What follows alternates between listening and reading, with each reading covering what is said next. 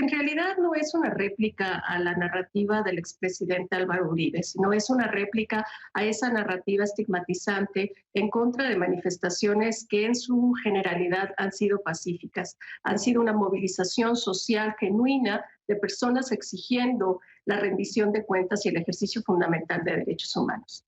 Escuché las declaraciones del expresidente Uribe muy desafortunadas en todo sentido, porque por un lado condena la violencia, los incidentes de crimen, de vandalismo que se han dado en el contexto de las manifestaciones, que si bien es cierto, también organizaciones de derechos humanos como Amnistía Internacional las hemos condenado, le ha faltado reconocer y condenar las graves violaciones a los derechos humanos que están cometiendo las fuerzas de seguridad. Esta narrativa que intenta estigmatizar a las protestas sociales como si todas las protestas fueran violentas, como si hubiera una intención detrás del derrocamiento, una intención política para desestabilizar el gobierno, es una narrativa que hemos venido escuchando en los últimos años. Fernando, tú lo sabes bien, tú monitoreaste las protestas en Nicaragua, lo has hecho inclusive in situ en Venezuela. Nosotros hemos hecho misiones en el terreno en países como Chile y en Colombia no es la primera vez, lamentablemente, que estamos documentando estas graves violaciones y abusos a los derechos humanos cometidas por las fuerzas de seguridad. Ya desde el año 2019 veníamos registrando las violaciones cometidas por la policía y particularmente por este escuadrón antimotines, el ESMAD, que ha causado ya lamentablemente la muerte de muchas personas en contexto de protestas, inclusive el año pasado en el contexto de la pandemia y de las muchas medidas de restricción que impuso el gobierno del presidente Iván Duque. También nosotros documentamos el uso excesivo de la fuerza por parte de las fuerzas de seguridad, precisamente con la excusa de que estaban implementando estas medidas de restricción. Así es que lamentablemente el presidente Iván Duque, que sigue también esta narrativa acusatoria, estigmatizante, de complot político en su contra, en realidad está negando el derecho de las víctimas y de todo el pueblo colombiano a los derechos a la verdad, a la justicia, a la reparación de los daños que han generado estas violaciones a los derechos humanos y sobre todo las garantías de no repetición a la sociedad colombiana. Hasta el día de hoy, las organizaciones de derechos humanos como Temblores y otras han registrado ya el asesinato de 37 personas en el contexto de la represión violenta de la policía en contra de manifestantes en diferentes partes del país. Se registran más de 1.800 incidentes de violencia policial que incluye tortura, malos tratos, palizas colectivas, violencia sexual. Hay 11 casos ya denunciados de mujeres que refieren a violencia sexual por parte de las autoridades del orden de esta policía. Son muchas las personas que continúan desaparecidas. Las cifras son distintas y diversas. La Defensoría del Pueblo habla ya de 89 personas que se mantienen en una situación de desconocimiento de su ubicación, pero hay organizaciones como la Campaña Defender la Libertad que ya tiene registradas 165 denuncias de personas que están desaparecidas y estas denuncias son presentadas por sus propios familiares. Y ante esto vemos a una fiscalía con una lentitud para investigar esto y a una Defensoría del Pueblo que lamentablemente no está tan presente como debería de estar. Erika, déjame marcar pausa. Te voy a hacer esta pregunta porque, claro, decía el expresidente Uribe que se habla con ligereza. Y yo quiero dejar algo claro, pero me lo tienes que certificar tú, por supuesto, me lo dices después de la pausa. Aquí no hay cabida para la ligereza para un organismo o una organización como Amnistía Internacional. Cuando se hacen estos señalamientos de abuso sexual, de violaciones, de uso excesivo de la fuerza, de uso de fuerza letal, etcétera, están documentados. Se tiene la investigación, se tiene la forma de sustentarlo, se tiene la forma de comprobarlo. Esto tiene que ser así. Erika Guevara me lo va a responder después de la pausa, porque claro que si no, el expresidente Uribe tiene razón. Erika me dirá, ¿lo pueden comprobar y demostrar todo esto? Yo ya sé la respuesta, por supuesto, pero quiero escucharlo de Erika al regresar.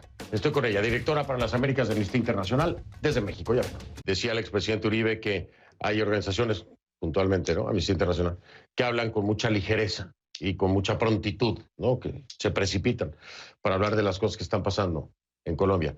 Le pregunto yo a Erika, ¿tiene usted manera de sustentar todo esto que están diciendo? Y antes de que me responda Erika, Le quiero leer qué tan detallado es para que vea que no hay ninguna ligereza. Dice así, esto es Amnistía Internacional. A través del análisis y verificación de imágenes audiovisuales, Amnistía Internacional ha confirmado que la policía colombiana ha hecho uso de armamento letal en varios incidentes, así como uso de armas menos letales de forma indiscriminada, como gases lacrimógenos y cañones de agua y otros materiales contra manifestantes en varias partes del país. Pero espérense, mira el detalle. Se identificó, por ejemplo, el uso del rifle Galil Tabor en Cali.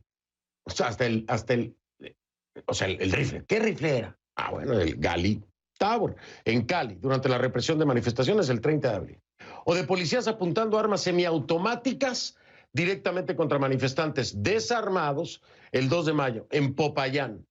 En otro incidente, el 1 de mayo, se verificó un vehículo blindado disparando munición viva. Todo este tipo de armamento está prohibido para la dispersión de protestas bajo los estándares internacionales. Ese es el nivel de detalle. No le sigo porque se me va. Erika, todo esto se puede presentar en la fiscalía si así lo solicitaran, ¿no? Por supuesto que sí, Fernando. Todas nuestras investigaciones, además de ser públicas a través de los documentos que publicamos, ¿verdad? También tenemos todo el análisis y la investigación que hemos realizado y que continuaremos realizando. Tenemos gente en el terreno actualmente en Colombia. Además, contamos con una experiencia de más de 40 años de trabajo en Colombia. Entendemos perfectamente el contexto de graves violaciones a los derechos humanos que se han dado tanto en el contexto del conflicto armado como en múltiples escenarios, incluidos las protestas.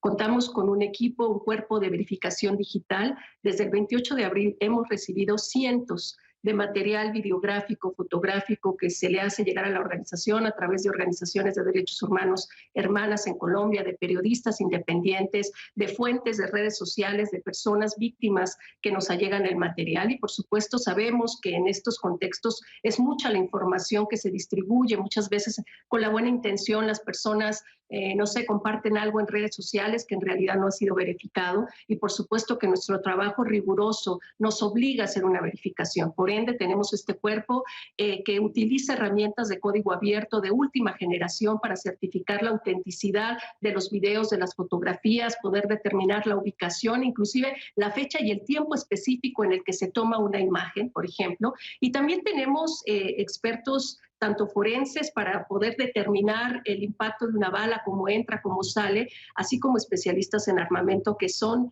el cuerpo de equipo que nos permite determinar específicamente el tipo de armamento que se está utilizando. De todo este material que seguimos, por supuesto, analizando y verificando, hemos hecho una muestra de 34 incidentes en diferentes partes del país, precisamente para poder determinar los patrones que se están presentando en estas violaciones a los derechos humanos. Y efectivamente te puedo confirmar que la policía en lo particular está haciendo uso excesivo de la fuerza, pero también está utilizando armamento letal, ¿no? Como tú lo acabas de mencionar, rifles, pistolas semiautomáticas, lanzagranadas.